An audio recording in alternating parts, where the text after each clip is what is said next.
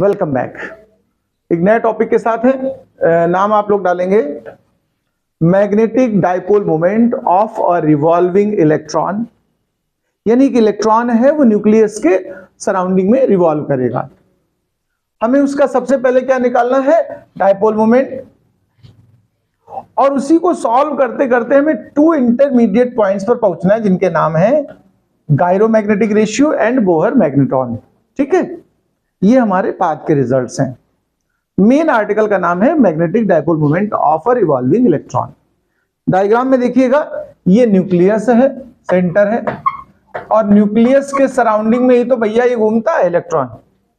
Electron पे charge कैसा रहता है, नेगेटिव। जो वेलोसिटी लेट करेंगे आप, उसकी डायरेक्शन हमेशा ध्यान रखिएगा टेंजेंशियल रहती है सर्कल के। सर्कुलर पाथ पे अगर कोई चीज मूव करती है तो उसकी वेलोसिटी की डायरेक्शन क्या होती है, टेंजेंट में।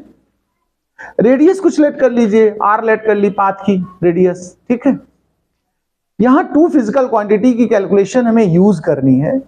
एक है angular momentum of the electron, ठीक है, रिवॉल्व कर रहा है, एंगुलर मोमेंटम निकालेंगे हम लोग, और एक मैग्नेटिक मोमेंट, उसका सिंबल एम भी इस्तेमाल होता है और म्यू भी इस्तेमाल होता है। जो आपकी इच्छा वो इस्तेमाल कर सकते हो। ठीक है, हम अभी एम इस्तेमाल कर रहे हैं, कुछ राइटर्स इसको म्यू से रिप्रेजेंट करते हैं। कैलकुलेशन मुझे पहले इसकी करनी है, फिर इसकी कैलकुलेशन करनी है। ये दोनों फिजिकल क्वांटिटी अपोजिट डायरेक्शन में रहती है। कैसी रहती है, अपोजिट में। ठीक है, ये ध्यान रखिएगा। इसीलिए हम इसको माइनस के साथ सॉल्व करेंगे। एम को माइनस ही रिप्रेजेंट करेगा कि जो डायरेक्शन ऑफ एम है वो रिवर्स ऑफ द एल। ये आगे जब हम रेशियो बनाएंगे तब पॉइंट लिखेंगे भी। अभी हम एम निकालना चाहते हैं। मेरा एम क्या है, मैग्नेटिक मोमेंट। क्या निकालना चाहते हैं हम लोग, बताओ, मैग्नेटिक डाइपोल मोमेंट। यही तो हमारा टारगेट है। मैग्नेटिक डाइपोल मोमेंट का फॉर्मूला हम लोगों ने पीछे सीखा है, याद होगा, NIA। याद आ रहा कि नहीं आ रहा? ये पीछे हमने जब मूविंग कॉइल सिखाया है तो सर्कुलर में, जैसे इलेक्ट्रॉन है, सपोज करो इलेक्ट्रॉन रिवॉल्व कर रहा है कि नहीं, बताओ। तो इलेक्ट्रॉन मूव करेगा तो करंट प्रोड्यूस करेगा कि नहीं करेगा, बताओ। करंट किससे बनती है, मोशन ऑफ चार्ज। प्रोटॉन या पॉजिटिव चार्ज होता है तो जिस तरफ वो मूव करता है उधर ही करंट फ्लो होती है। लेकिन इलेक्ट्रॉन की करंट हमेशा ध्यान रखो उसकी मोशन के अगेंस्ट। तो अगर यहां करंट इमेजिन करनी हो, देखो मोशन इधर को हो रहा है, देखो, तो करंट का मूवमेंट किधर लेट करना पड़ेगा, इस लूप में या सर्कल में, reverse of the movement of the electron. ये तो बात जानते हो ना कि वेलोसिटी से अपोजिट डायरेक्शन में रहती है क्या, करंट, इलेक्ट्रॉन के मामले में, यानी नेगेटिव चार्ज के मामले में।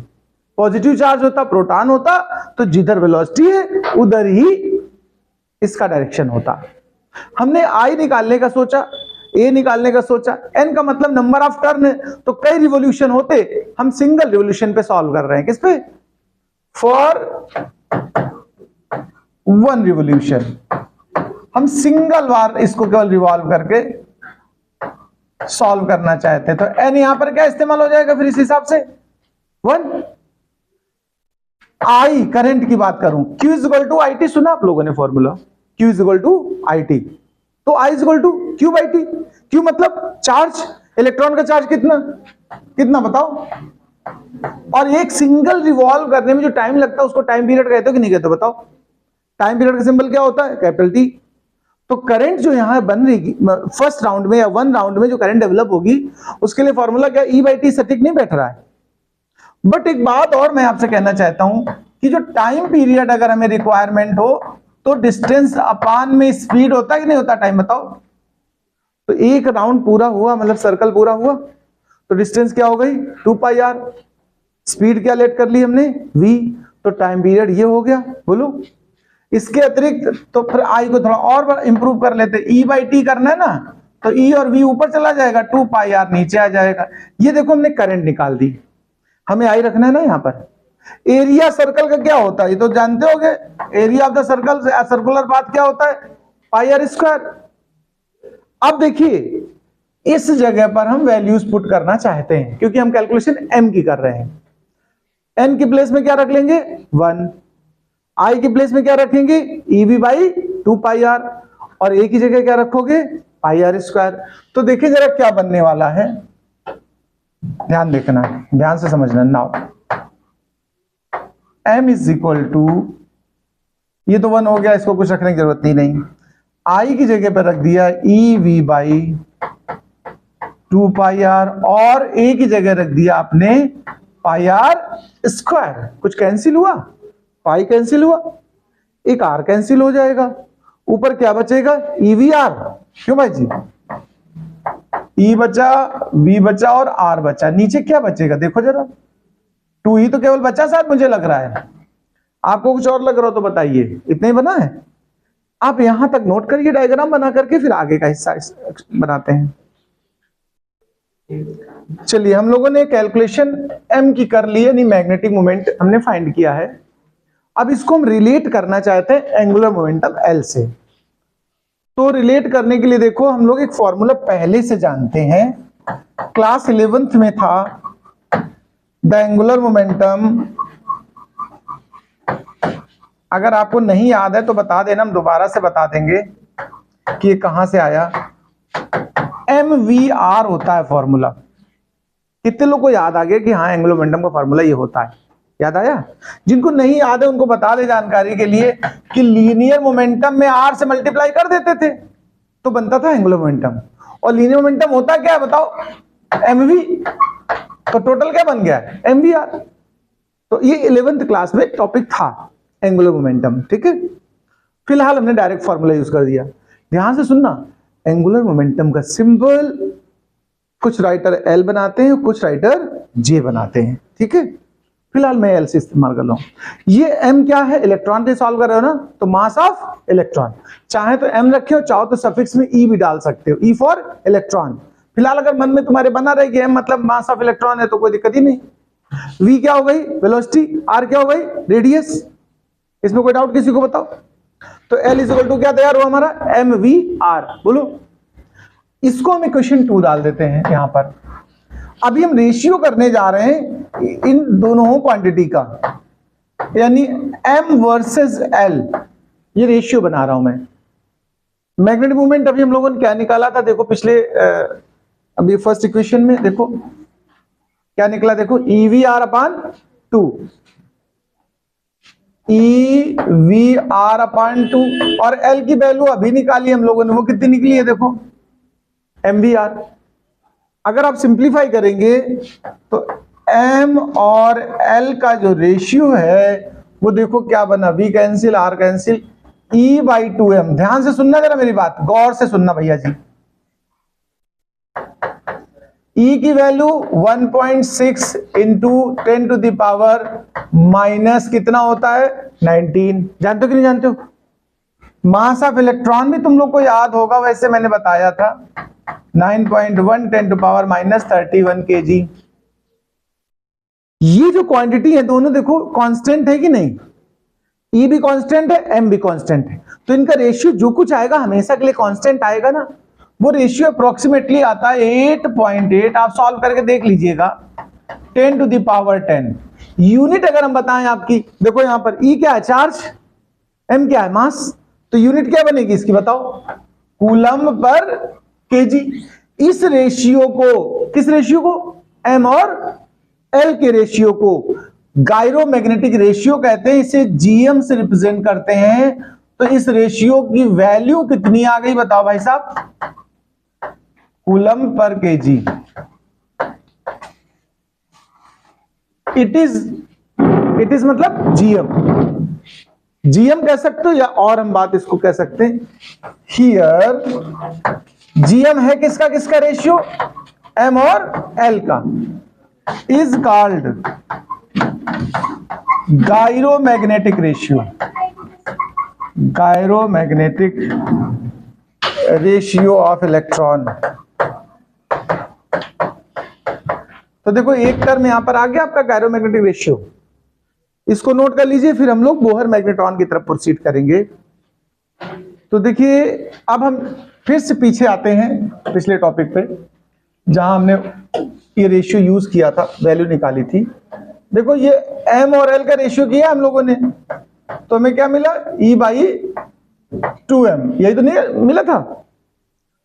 इस एल को उस तरफ ले जा रहे हैं और वेक्टर फॉर्मेशन कर रहे हैं। देखो ध्यान से सुनना, इसी बात को हम वेक्टर फॉर्म में भी लिख सकते हैं, इन वेक्टर फॉर्म। बहुत आराम से सुनिएगा बच्चा लोग। एम क्या है? Magnetic moment. ये कैसी क्वांटिटी है? वेक्टर। एल क्या है? Angular momentum. ये कैसी क्वांटिटी है? वेक्टर। बस एक बात ध्यान रखने वाली है कि ये दोनों ही डायरेक्शन वाइज एक दूसरे से कैसे होते हैं? अपोजिट। अपोजिट आने के लिए हमें क्या डालना पड़ेगा? माइनस। तो एक्यूरेट फॉर्मूला अगर डायरेक्शन वर्सेस सोचा जाए तो ये फॉर्मूला है m is equal to minus E by 2m into L. इसमें एल देखो आपको जानकारी होनी चाहिए, ये जो एंगुलर मोमेंटम होता, क्या किसी ने बोहर मैग्नेटाइजेशन कंडीशन पढ़ी है? बोहर मैग्नेटाइजेशन कंडीशन पढ़ी किसी ने? बोहर मॉडल पढ़ा है कभी केमिस्ट्री में कहीं? बोहर मॉडल की 3 कंडीशंस होती थी, उनमें से एक फ्रीक्वेंसी कंडीशन होती है और एक होती है मोमेंटम कंडीशन, एंगुलर मोमेंटम। मैं बता रहा हूं शायद याद आ जाए। बोहर ने कहा था कि कोई भी इलेक्ट्रॉन हमेशा उस ऑर्बिट में रिवॉल्व करेगा जो स्टेशनरी ऑर्बिट होगी, स्टेबल ऑर्बिट होगी, और उसकी कंडीशन क्या होगी कि उसका एंगुलर मोमेंटम जो होगा वो इंटीग्रल मल्टीपल होगा h/2π का। ये अगर नहीं सुना हो तो कोई बात नहीं, अब सुन लो। सुना है? सुना नहीं बात? बस ये इस कंडीशन को क्या बोलते हैं? Bohr magnetisation condition. तो ये हम यूज करना चाहते हैं यहां। क्यों? हम तो ये जानते हैं ना कि L is equal to mvr, तो L की जगह mvr ना लिख के हम ये भी तो लिख सकते हैं n टाइम्स ऑफ h/2π। नहीं लिख सकते? बताओ। तो इस जगह तो पहले में यहां कह सकते, but L is equal to क्या होता है? इंटीग्रल मल्टीपल ऑफ h/2π, और ब्रैकेट में लिख दो। ये आया कहां से? बोहर्स मैग्नेटाइजेशन कंडीशन बोलते हैं इसको। क्या बोलते हैं? बोहर्स मैग्नेटाइजेशन कंडीशन, इस फॉर्मूले का नाम है।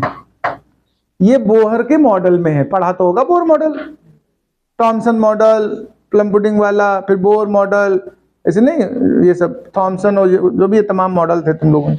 आगे सुनो। अच्छा, तो ये बात तो जान गए, यानी हम एल को क्या पुट कर सकते हैं बताओ? n times of h/2π। तो यहां एल की जगह हम रख रहे हैं, साइन फिर से छोड़ दे रहे हैं, हमें वेक्टर से मतलब नहीं है, केवल वेक्टर फॉर्म में दिखाया इसलिए था कि पूरा डायरेक्शन सही सोचो, हमें इसकी वैल्यू से मतलब है। तो इसमें हम इसका साइन हटा करके इसकी जगह पर ये वैल्यू रखने जा रहे हैं। जरा सुनिए ध्यान से। तो हमारा जो m निकल रहा है फॉर्मूला देखो, वो क्या निकल रहा है? E/2m, तो ये था ही पहले। ये स्मॉल m जो नीचे चल रहा है ये क्या? मास ऑफ इलेक्ट्रॉन है, ध्यान रखिएगा। इंटू में l था, l को हमने क्या बोला आपसे कि n टाइम्स ऑफ h/2π। तो ये देखो m का एक फॉर्मूला इस तरह तैयार हुआ। देखो इसमें से क्या तैयार हुआ? देखो NEH/2π, नहीं 4 हो जाएगा यार, है ना? ये क्या हो जाएगा बच्चे बताओ? ये 2 2 जा 4π और m। अच्छा, हाइड्रोजन की अगर फर्स्ट ऑर्बिट पे बात करें, किसके लिए? For hydrogen first orbit, for hydrogen, ये H है, हाइड्रोजन फर्स्ट ऑर्बिट। अगर ऑर्बिट फर्स्ट ले ली जाए तो n की वैल्यू कितनी हो जाएगी बताओ भैया जी? 1 हो जाएगी कि नहीं? तब इस m को m ना लिख करके सफिक्स में भी डाल देंगे। क्या डाल देंगे? तो ये क्या बना? EH/, देखो ध्यान से देखो, ये भी एक कांस्टेंट है। देखो पूरा ध्यान से देखो, E कांस्टेंट होता है कि नहीं होता बताओ? H क्या है? H का नाम क्या है? प्लैंक कांस्टेंट है कि नहीं बताओ? 4π तो कांस्टेंट है, m मास ऑफ इलेक्ट्रॉन ये भी कांस्टेंट है। इस फॉर्मूले को ही बोहर मैग्नेट्रॉन कहते हैं। इसकी डेफिनेशन अभी आगे लिखाएंगे, इसको लिख दो। It is called Bohr's magnetisation, Bohr's magnetron. Note कर रहे हैं इतना? तो देखिए, बोहर मैग्नेट्रॉन को अगर डिफाइन करने को सपोज करो आ जाए तो ये है क्या? बोहर मैग्नेट्रॉन है क्या एक्चुअल में? मैग्नेटिक मोमेंट ही तो है, m सफिक्स में भी लगा ना। ये मैग्नेटिक मोमेंट है। क्या है? लेकिन किसके लिए? इलेक्ट्रॉन के लिए। और कब? फर्स्ट ऑर्बिट से रिलेटेड। बोलो भाई, यही इसकी डेफिनेशन बनेगी।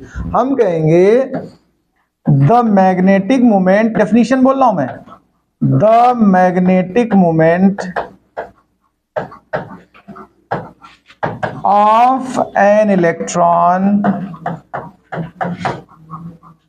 Associated with first hydrogen atom, sorry first orbit of hydrogen atom, ये बेटर लगेगा, first orbit of hydrogen atom, first orbit of hydrogen atom is called Bohr magneton, is called Bohr magneton। ठीक है, ठीक।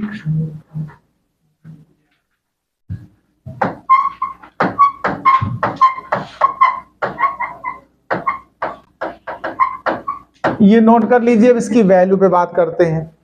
देखो ये मैंने बोला कांस्टेंट है, यहां पर E की वैल्यू आपको पता है, सबकी वैल्यूज पता है। अगर हम इसकी वैल्यू कैलकुलेट करना चाहें, जरा देखो भैया, MB की वैल्यू अगर कभी सॉल्व करनी पड़े मुझे, तो हमें देखो किसकी किसकी वैल्यू रखनी है, यहां पर ये थोड़ा ध्यान रखिएगा। E की, H की, और किसकी चाहिए हमें, 4 पाई M की। E मतलब charge 1.6 10 to power minus 19, H तो जानते हो आप 6.6 10 to power minus 34 होता है, ये प्लैंक कांस्टेंट। पाई तो सब लोग भी जानते हो 3.14, और ये हो गया 9.1 10 to power minus 31 kg। इसको जब आप सॉल्व करेंगे तो 9.27 10 to power minus 24 आएगा। ठीक है, कितना आएगा भाई जी बताओ, 10 to power minus 24।